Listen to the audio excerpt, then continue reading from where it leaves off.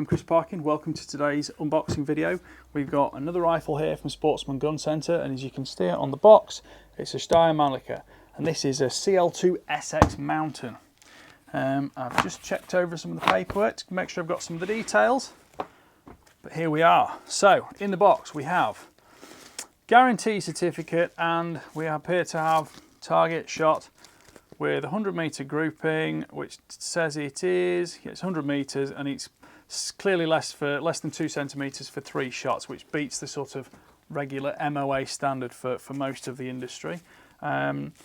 Instruction manual here. This looks reasonably detailed. That will be one to perhaps point out in the full review.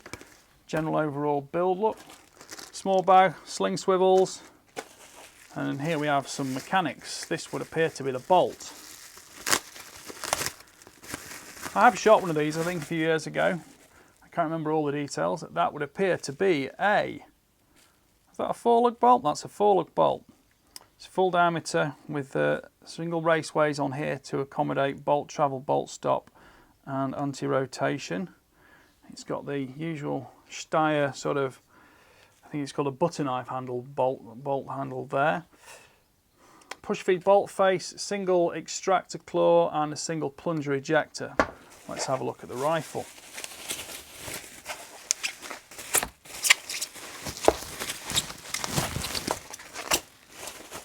Right, there we go. Let me just put that down, put these to one side. So, what do we have? This is a cold hammer forged barrel. It's in 223. We've got a threaded muzzle, a 15x1 for a moderator or break. We get a very nice look of the sort of barley twist on the barrel. 6 screw points here for scope mounting. That'll need bases or a rail on it.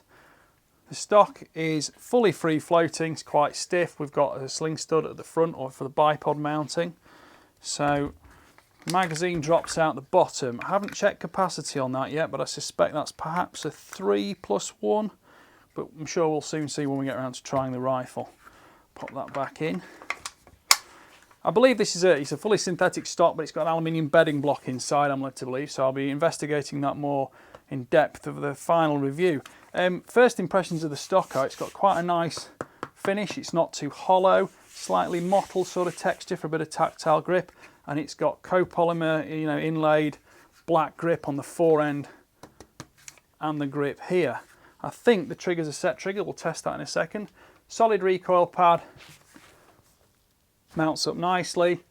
I don't like spongy recoil pads, especially on smaller cartridges like this, because when you sort of putting the gun into your shoulder, it's hard to feel how much tactile pressure you've got on it.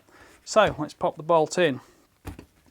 Now, if I remember rightly, I've got to be just a little bit cautious with the safety catch on this. Make sure it's in the correct orientation.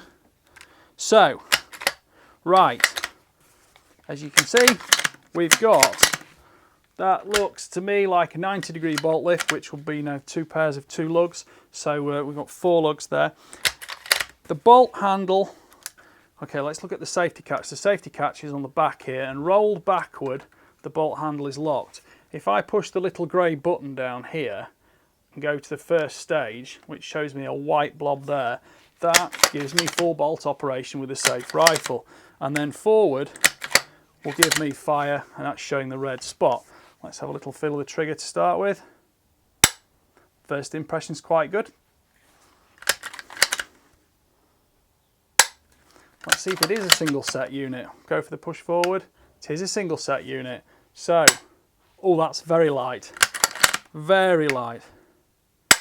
I'll weigh those, list those details in the full review, which is going to be a slightly later date. So this is a 223. It's going to get used for some pest control, foxing. We're just about waiting for the harvest to occur, perhaps in the next few days even. So where all those foxes have been hiding for the last 2 or 3 months, fairly inaccessible, with lots of food going on for them, but the harvest is going to be a nice time to get back out and try this rifle.